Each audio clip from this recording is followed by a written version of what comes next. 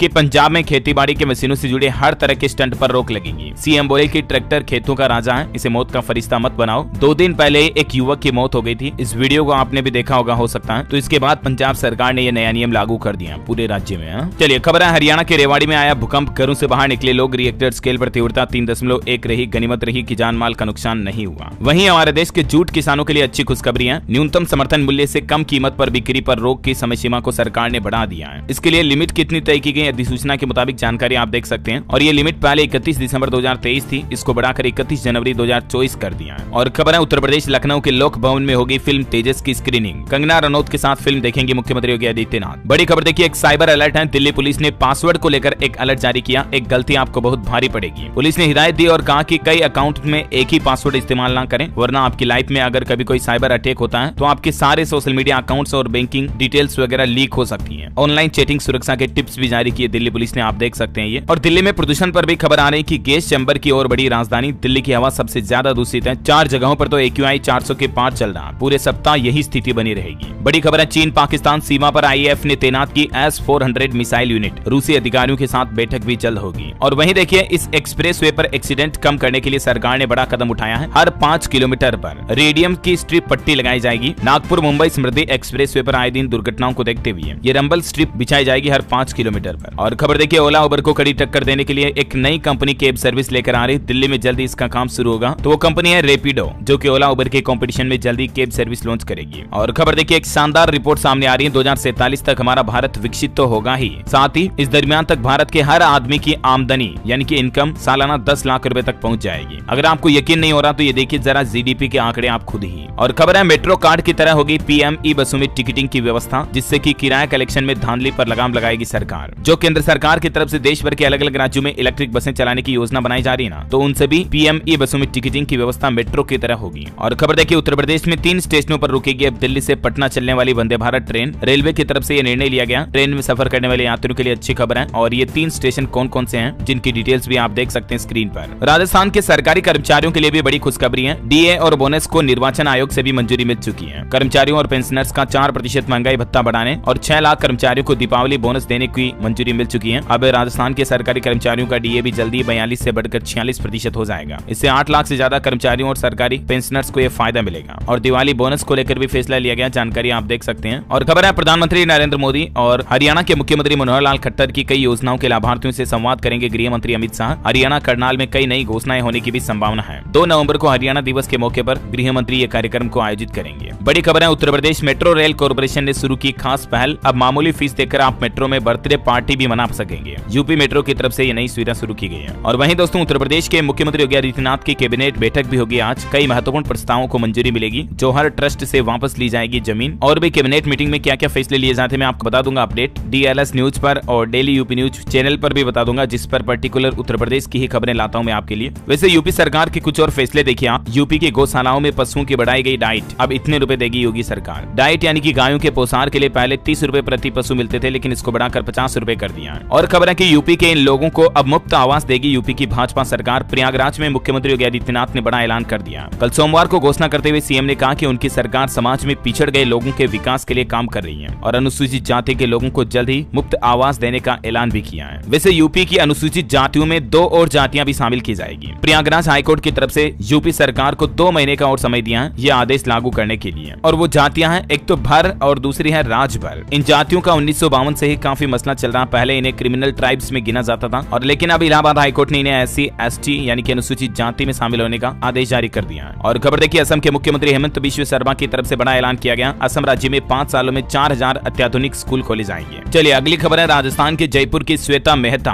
भारत की 100 सबसे प्रभावशाली महिलाओं की लिस्ट में शामिल हुई हैं। मिसेज इंडिया का टाइटल भी ये जीत चुकी हैं। गर्ल्स और ऑटिज्म से पीड़ित बच्चों के लिए ये खास कार्य कर रही हैं और इन्हें फॉक्स स्टोरी इंडिया की ओर से 100 इंस्पायरिंग वुमेन 2023 की लिस्ट में शामिल किया गया। खबर है हरियाणा में 2 मंत्रियों के विभाग बदले। अनिल विज से हेल्थ महकमा वापस लिया जाएगा मुख्यमंत्री द्वारा और गुप्ता होंगे नए स्वास्थ्य मंत्री। विज को लोकल बॉडीज दी जाएगी। हरियाणा पुलिस ने यूनिफॉर्म का शेड्यूल भी जारी किया। 15 नवंबर तक सिर्फ रात में पहन सकेंगे विंटर ड्रेस। इसके बाद रात दिन यही ड्रेस पहननी होगी। ऑफिसर्स को ऑप्शन भी दिया। वहीं हरियाणा के कॉलेज प्रिंसिपलों को बड़ा झटका लगा है। अब स्पीकिंग ऑर्डर के साथ प्रभार सौंपना होगा और छुट्टी पर जाने से पहले मुख्यालय को कारण भी बताना होगा। ये कॉलेज प्रिंसिपल के लिए भी नए नियम लागू कर दिए हरियाणा सरकार ने, है ना। और चंडीगढ़ में देखिए 2 व्हीलर का रजिस्ट्रेशन बंद हो चुका है। दिवाली पर वाहन लेने वालों को धक्का लगेगा। इलेक्ट्रिक व्हीकल पॉलिसी रोड़ा बन रही है। 4000 की बिक्री की उम्मीद थी, लेकिन 2 व्हीलर का रजिस्ट्रेशन ही कैंसिल हो चुका है। वैसे बिहार में भी दीपावली और छठ को लेकर पटाखों पर बैन लगा दिया कई जगहों पर। बिहार की राजधानी पटना में गांधी मैदान क्षेत्र की हवा की गुणवत्ता खराब श्रेणी में आ गई। उसके बाद प्रशासन ने ये फैसला लिया। और खबर है उत्तर प्रदेश में निराश्रित गौवंश संरक्षण के लिए 1 नवंबर से विशेष अभियान भी चलाया जाएगा योगी सरकार द्वारा। विभाग की समीक्षा बैठक में ये निर्देश दिया और अभियान की साप्ताहिक और हर पखवाड़े की रिपोर्ट मुख्यालय को उपलब्ध कराई जाएगी। सीएम योगी ने विंध्यावासिनी मंदिर में पूजा अर्चना भी की। मिर्जापुर को करोड़ों रुपए की योजनाओं की सौगात दी और कहा कि पीएम मोदी ने बाबा साहेब को सम्मान दिया। उत्तर प्रदेश में रोडवेज बसों की स्टीयरिंग अब महिलाओं के हाथों में होगी, क्योंकि महिलाओं को स्वावलंबी और आत्मनिर्भर बनाने के लिए योगी सरकार लगातार जोर दे रही है। और इसी के तहत उत्तर प्रदेश में रोडवेज ड्राइवर के तौर पर यूपी की बेटियों के हाथों में कमान सौंपने की तैयारी कर रही योगी सरकार। अयोध्या से इसकी शुरुआत होने जा रही है। इसके लिए राज्य सरकार लड़कियों को प्रशिक्षण भी देगी और ट्रेनिंग में भी 6-6 रुपए उन्हें दिए जाएंगे। चलिए खबर है पंजाब में स्कूलों का समय बदला। 1 नवंबर से 9 बजे से खुलेंगे सभी स्कूल। पंजाब के शिक्षा मंत्री हरजोत बैंस की तरफ से ये निर्देश जारी किए हैं। पूरी टाइमिंग क्या होगी जानकारी आप देख सकें। और वहीं उत्तराखंड के मुख्यमंत्री पुष्कर सिंह धामी सरकार ने कैबिनेट की बैठक की और इसमें कई बड़े फैसले लिए गए। देखिए फटाफट से मैं आपको हाइलाइट्स बता देता हूँ। 2005 से पहले के कर्मचारियों को पुरानी पेंशन योजना का लाभ मिलेगा। पर्यटन, ऊर्जा, वन विभाग समेत कई विभागों को लेकर फैसले हुए हैं। उत्तराखंड के सतर्कता विभाग में 103 नए पद सृजित किए जाएंगे। मुख्यमंत्री ने कहा भ्रष्टाचार रोकने के कार्यक्रम की रिपोर्ट हर 2 महीने में पेश की जाए। साथ ही राज्य में सर्विलांस और तकनीकी टीम का गठन भी किया जाएगा। उत्तराखंड कैबिनेट का एक और बड़ा फैसला, 4 धाम यात्रा मार्ग पर अनुपयोगी और पुराने पुलों पर रेस्टोरेंट और पार्किंग बनाए जाएंगे। वहीं राज्य में मछली पालन को बढ़ावा देने के लिए मुख्यमंत्री मत्स्य संपदा योजना की शुरुआत की जाएगी और इसके तहत मछली पालन करने वालों को 50% तक सब्सिडी भी देगी राज्य सरकार। और किसानों के लिए, मत्स्य पालकों के लिए बीमा वगैरह की सुविधा भी किसानों के जैसे ही शुरू की जाएगी। वहीं दिवाली के पहले मुख्यमंत्री पुष्कर सिंह धामी ने सरकारी कर्मचारियों को भी बड़ा तोहफा दिया। साथ ही 15 साल से पुरानी गाड़ियों को स्क्रैप करने पर सब्सिडी भी मिलेगी। बैठक में कुछ और प्रमुख निर्णय भी लिए गए। कर्मचारियों के लिए तो ये तोहफा रहा कि भत्ता वगैरह को मंजूरी मिल चुकी है और कई अलग अलग कर्मचारियों के लिए पुरानी पेंशन योजना को भी वापस शुरू किया। और भी कुछ डिटेल आप देख सकते हैं और ये यहाँ पर देख लीजिए आप कंप्लीट लिस्ट उत्तराखंड के सीएम पुष्कर सिंह धामी द्वारा कैबिनेट बैठक के सारे फैसलों की हाइलाइट्स। तो मैंने आपको बता दिया, एक एक को बोलूंगा बहुत ज्यादा लंबा हो जाएगा। इससे अच्छा आप वीडियो को पॉज करके पढ़ लीजिएगा, ठीक है। ठीक है ना। और खबर है दोस्तों, बैंक कर्मचारियों को भी जल्द ही दिवाली तोहफा मिल सकता है। दरअसल सरकारी और प्राइवेट क्षेत्र के बैंक कर्मचारियों के दिवाली तोहफे को लेकर बैंक एसोसिएशन की बातचीत चल रही, जो कि फाइनल स्टेज में है और फैसला होते ही बैंक एम्प्लॉयज की किस्मत खुलने वाली है, क्योंकि उन्हें भी दिवाली तोहफा मिलेगा, इंक्रीमेंट वगैरह भी लगेगा। इसके लिए क्या प्रस्ताव है, जानकारी आप देख सकते हैं। चलिए खबर है, झारखंड के मुख्यमंत्री हेमंत सोरेन 31 अक्टूबर को आज पलामू का दौरा करेंगे। यहाँ 5000 युवाओं को नियुक्ति पत्र भी सौंपेंगे। और देखिए आप, हरियाणा में एचटेट एग्जाम का शेड्यूल जारी हो चुका है। 10 नवंबर तक रजिस्ट्रेशन हो सकेंगे। 2-3 दिसंबर को एग्जाम होगा। तीनों लेवल की फीस में 600 रुपए की छूट भी दी जा रही है। राजस्थान करौली के सुंदर ने बनाया विश्व रिकॉर्ड भाला फेंक में। चीन में आयोजित पैरा एशियन गेम्स में जीता गोल्ड मेडल। 60.60 मीटर की दूरी पर थ्रो किया, देख सकते हैं आप। वाकई में इन्होंने भारत का नाम रोशन किया। Many congrats. और वहीं खबर है दोस्तों, 4 नवंबर को मध्य प्रदेश रतलाम का दौरा करेंगे पीएम मोदी। यहाँ जनसभा करेंगे। और देखिए, टाटा मोटर्स को 766 करोड़ का मुआवजा देगी बंगाल सरकार। सिंगूर में कार प्रोडक्शन के लिए निवेश किया था, लेकिन विरोध के कारण नुकसान हुआ कंपनी को। सुप्रीम कोर्ट का फैसला, जनता को पार्टियों का इनकम सोर्स जानने का अधिकार नहीं है। इलेक्टोरल बॉन्ड को लेकर केंद्र सरकार ने सुप्रीम कोर्ट से कहा कि स्कीम मौजूदा अधिकारों का उल्लंघन नहीं करती है। उत्तराखंड के पिथौरागढ़ जिले के चंडाक स्थित सिकड़ानी गांव के योगेश्वर श्री कृष्ण मंदिर में पहली बार महिलाओं को पुजारी बनाया गया। कमेटी की तरफ से ये ऐतिहासिक फैसला लिया गया। महिला सशक्तिकरण की ओर ये बहुत ही अच्छा और शानदार कदम है वाकई में। और टेक्नोलॉजी से अपडेट देखिए आप, Tecno Pop 8 dynamic island feature के साथ नया 4G फोन लॉन्च करने जा रही कंपनी। कीमत 7000 से भी कम होगी इसकी। ये आईफोन वाला फीचर जो डायनेमिक आइलैंड का मिलता है ना, वो मिलेगा जल्दी इसमें। और चलिए आज के राशिफल पर नजर डालें तो मिथुन राशि वालों का प्रमोशन का योग बन रहा है। कर्क राशि के लोग निवेश करना चाहते तो आज अच्छा दिन है। वैसे कर्क राशि के लोग पुरानी उलझने भी जल्दी से जल्दी सुलझाएं, आपको फायदा होगा। मकर राशि के लोगों के स्वभाव में कुछ बदलाव देखने को मिल सकता है। बाकी लोगों के लिए सामान्य रहेगा आज का दैनिक राशिफल, है ना। और चलिए दोस्तों, आज का डीएलएस माइंड क्विज क्वेश्चन है, भारत में जीएसटी यानी कि वस्तु एवं सेवा कर कब से लागू हुआ। 4 ऑप्शन देता हूं आपको, 15 जुलाई 2017 से, 1 जुलाई 2017 से, 1 अगस्त 2017 या 10 अगस्त 2017। ABCD which is right option, let me know in the comment box. सही जवाब देने वाले लोगों को रैंडमली सेलेक्ट होने पर डीएलएस न्यूज टीम की तरफ से एक शानदार सरप्राइज गिफ्ट जीतने का मौका मिलेगा। और इसी के साथ ही अगर आपको वीडियो अच्छा लगा तो इसे लाइक करना, शेयर भी करना। डीएलएस न्यूज चैनल को सब्सक्राइब करके बेल आइकन जरूर दबा देना, रोजाना ऐसे ही काम की महत्वपूर्ण खबरों से अपडेट रहने के लिए। खबरों को अंत तक देखने के लिए आपका दिल से बहुत बहुत धन्यवाद। ईश्वर आपको हमेशा खुश रखे, मेरी ये प्रार्थना है। और इसी के साथ ही ख्याल रखिएगा अपने आप का, अपने परिवार का। मिलेंगे अगले नेक्स्ट अपडेट में, तब तक के लिए जय हिंद, जय भारत, वंदे मातरम।